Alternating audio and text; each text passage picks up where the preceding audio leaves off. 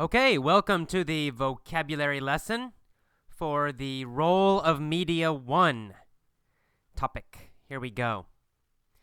This is an article by Noam Chomsky, and the first word in this article is contemporary, the role of the media in contemporary politics. Contemporary means modern or current, happening now in today's time, in our current time. So it means modern or current or in generally now. So contemporary politics means politics now in the year 2007, 2005, 2008, about this time period. Okay, and then next he has a phrase. He says, we need to ask, in what sense of democracy do we want this to be a democratic society? In what sense means in what manner. And what he's asking is in what way do we want this to be a democracy? How do we want it to be a democracy? So in what sense means kind of in what definition, in what way, in what manner. All right, and then the next sentence, he says, let me begin by counterposing two different ideas. To counterpose is to compare. It means you compare one thing to another. You put them against each other. So he's saying he has two ideas about democracy, or there are two basic ideas about democracy. He's going to compare them. He's going to put them against each other. He's going to counterpose them. So to counterpose is to compare two things, put them against each other. Counterpose, that's counterpose. So he's going to counterpose two different conceptions of democracy. He's counterposing two conceptions of democracy. All right, conception means idea, but it means an idea about something. For example, a conception of democracy. It means your ideas about democracy or your theory about democracy. So you don't say usually, I have a conception, right? We usually say, I have an idea. We do say that in English all the time, but we don't say, I have a conception. Not usually. We usually say, I have a conception about democracy. I have a conception about this problem. Okay, so that means you're thinking in a certain way about this topic. So conception is an idea or a theory, usually about some topic. All right, and then he says, one conception of democracy has it that a democracy is where the people participate. Has it. Seems simple. Has and it, very simple. Two words. But in this case, has it means says or believes. So one conception of democracy, one idea has it that a democracy means everybody participates. Has it, in other words, means says. Has it equals says. One idea says that a democracy is blah, blah, blah. One idea has it. One idea says. So it basically means says. But usually we use has it when a non-human is saying something, if that makes sense. So you don't usually say, I have it that he is good, right? You don't say, I say he is good. But we might say, the public has it that he is good. So it's kind of not used for individuals. It's used for abstract things that are communicating an idea. So has it means to communicate, or sometimes it means to believe. So to communicate or to believe something. And usually not used as a single person, but some abstract group or idea. Believing is the subject for has it. Okay. Affairs. He said one idea has it that democracy means people manage their own affairs. Affairs in this case means lives. It means their normal life activities. Life activities are affairs. Say, I need to manage my affairs means I need to manage my life activities. Now, affairs does have other meanings, but in this case, it means life activities or life issues. All right, and we see the word means in that same paragraph. Manage the means of information. In this case, means methods or ways. The means of information means the way of communicating information, or the method for communicating information, the means of information. This is not a normal way to say that, in fact. It's a little bit formal. Noam Chomsky is an academic. He's a professor. In fact, any of you who have studied language, you may know Noam Chomsky. He's probably the most famous linguist in the world. Number one, he's a professor at MIT, Massachusetts Institute of Technology. Anyway, I'll talk more about that in the commentary. Okay, next, he uses the phrase look up to look up a word in the dictionary. To look up means to look for and find, or to search for and find. So if you look up a word in the dictionary, it means you search for it and try to find it. That's pretty simple.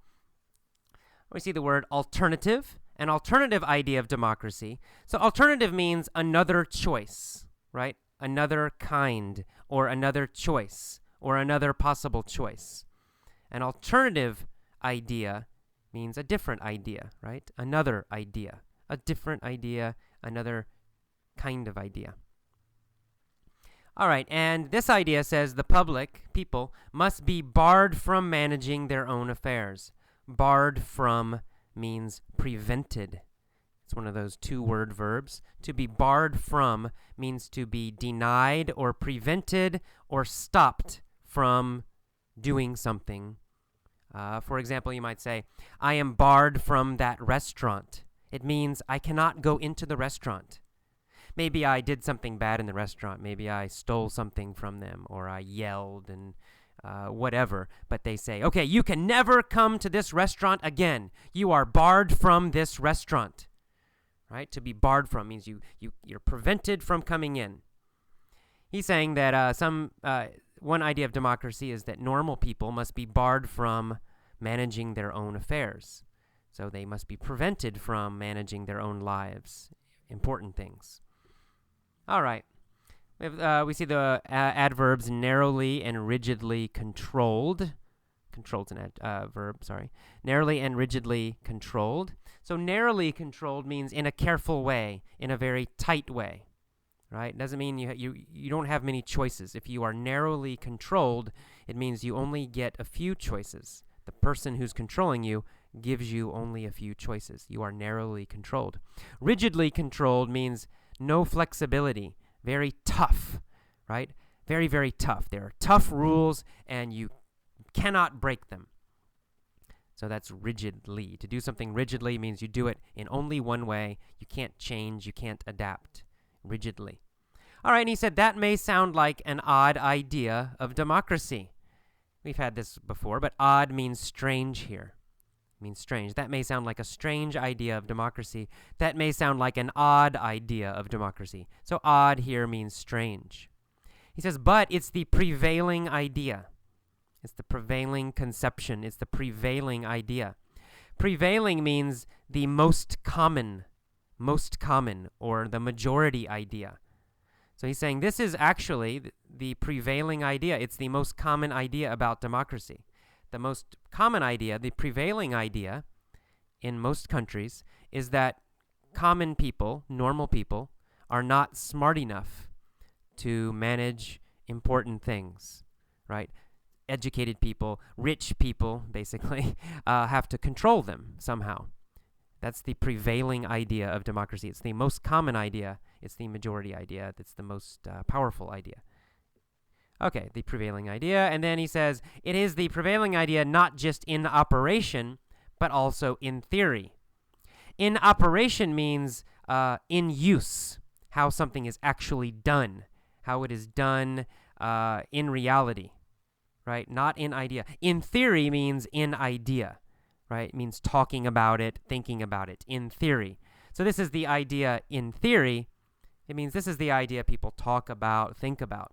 But it's also the main opinion in operation, meaning in actual use, in real life governments, every day, in operation. So in operation is how something is actually done, and in theory is how you think about it. All right? And let's see. He says, I'm going to keep to the modern period to talk about this issue. To keep to something, it just means to stay with it. It means he's not going to talk about the far past.